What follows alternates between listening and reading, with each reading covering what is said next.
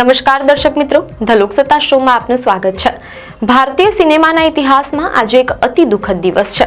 ફિલ્મી પડદા પર પોતાના પાવરફુલ વ્યક્તિત્વથી કરોડો દિલો પર રાજ કરનાર દિગ્ગજ અભિનેતા ધર્મેન્દ્રનું 89 વર્ષની ઉંમરે નિધન થયું છે।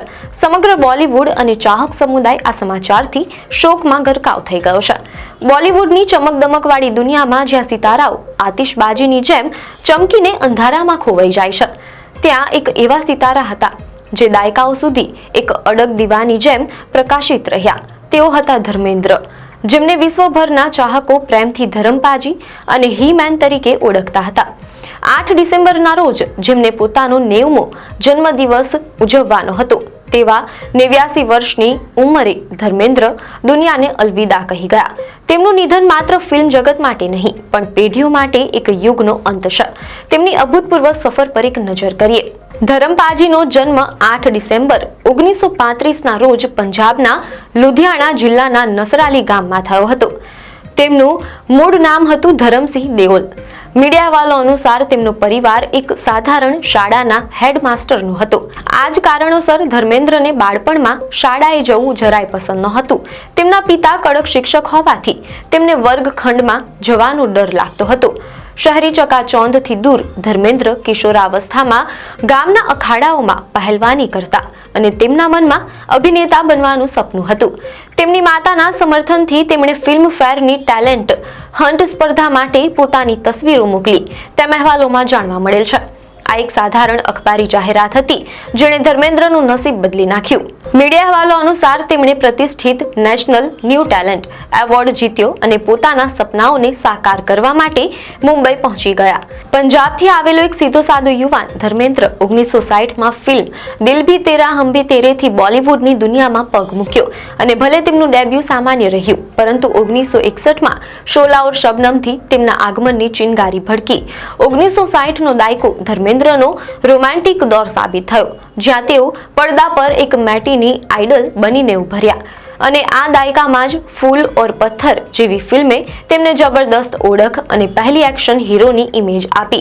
આ ફિલ્મમાં તેમની સામે મીના કુમારી હતા, જેમણે તેમની પ્રારંભિક કારકિર્દીને પ્રભાવિત કરી હોવાનું કહેવાય છે। આ સાથે હકીકત અને આઈ મિલન કી બેલા જેવી ફિલ્મોમાં તેમના દિલને સ્પર્શી જતા કિરદારોએ તેમની બહુમુખી પ્રતિભા સાબિત કરી। જ્યારે સત્યકામ ફિલ્મને આલોચકોએ ભારે પ્રશંસા કરી અને સાબિત કર્યું કે ધર્મેન્દ્ર માત્ર મસલ્સવાળા હીરો નહીં, પણ ઊંડાણવાળા અભિનેતા પણ છે।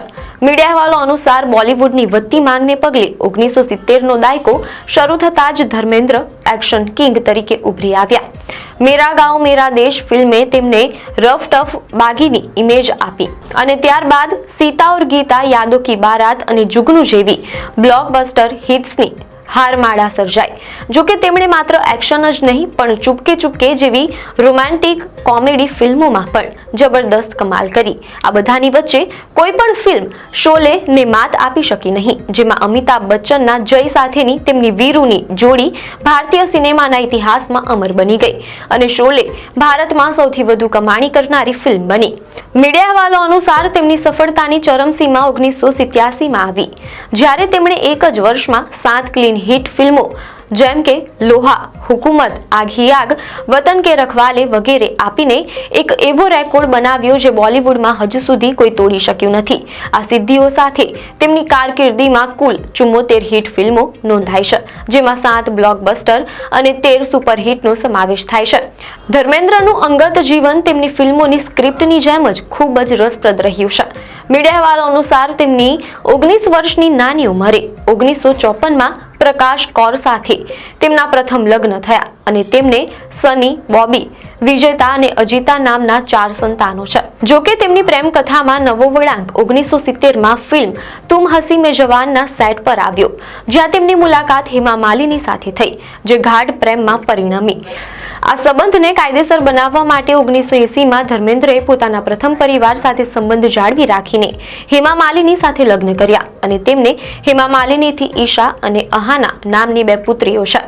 ધર્મેન્દ્રએ અભિનયની કારકિર્દીની સાથે સાથે રાજકારણમાં પણ પ્રવેશ કર્યો। મીડિયા અહેવાલો અનુસાર તેઓ 2004 થી 2009 દરમિયાન ભાજપમાંથી બીકાનેરના સાંસદ રહ્યા હતા। તેમની શાનદાર કારકિર્દી માટે તેમને અનેક સન્માનો મળ્યા, જેમાં પદ્મભૂષણ અને Filmfare life time achievement award મુખ્ય છે. તેમણે અપને 2007માં પોતાના પુત્રો સની અને બોબી સાથે કામ કર્યું અને ફિલ્મ રોકી ઓર રાની કી પ્રેમ કહાની માં શાનદાર અભિનય આપીને પોતાની કલાનું પ્રદર્શન કર્યું. પોતાના અંતિમ દિવસોમાં પણ ધર્મેન્દ્ર પોતાના ફાર્મ હાઉસ ઉપર સમય પસાર કરતા. તેઓ એક એવા પંજાબના પુત્ર હતા જે પોતાના મૂળ સાથે જોડાયેલા રહ્યા. આજે જ્યારે ભારતીય સિનેમાના હીમેન દુનિયાને અલવિદા કહી ગયા છે, ત્યારે એક વાત સ્પષ્ટ છે. ધર્મેન્દ્ર માત્ર એક અભિનેતા ન હતા, પરંતુ તેઓ જુસ્સો, હિંમત અને દર્શકો સાથેના અતૂટ સંબંધનું પ્રતીક હતા. ધર્મેન્દ્ર જે હંમેશા ભારતીય સિનેમાના સુવર્ણ પૃષ્ઠો પર જીવંત રહેશે. આપને માહિતી સારી લાગી હોય તો વિડીયોને લાઈક અને શેર કરજો, ચેનલને સબસ્ક્રાઇબ કરજો.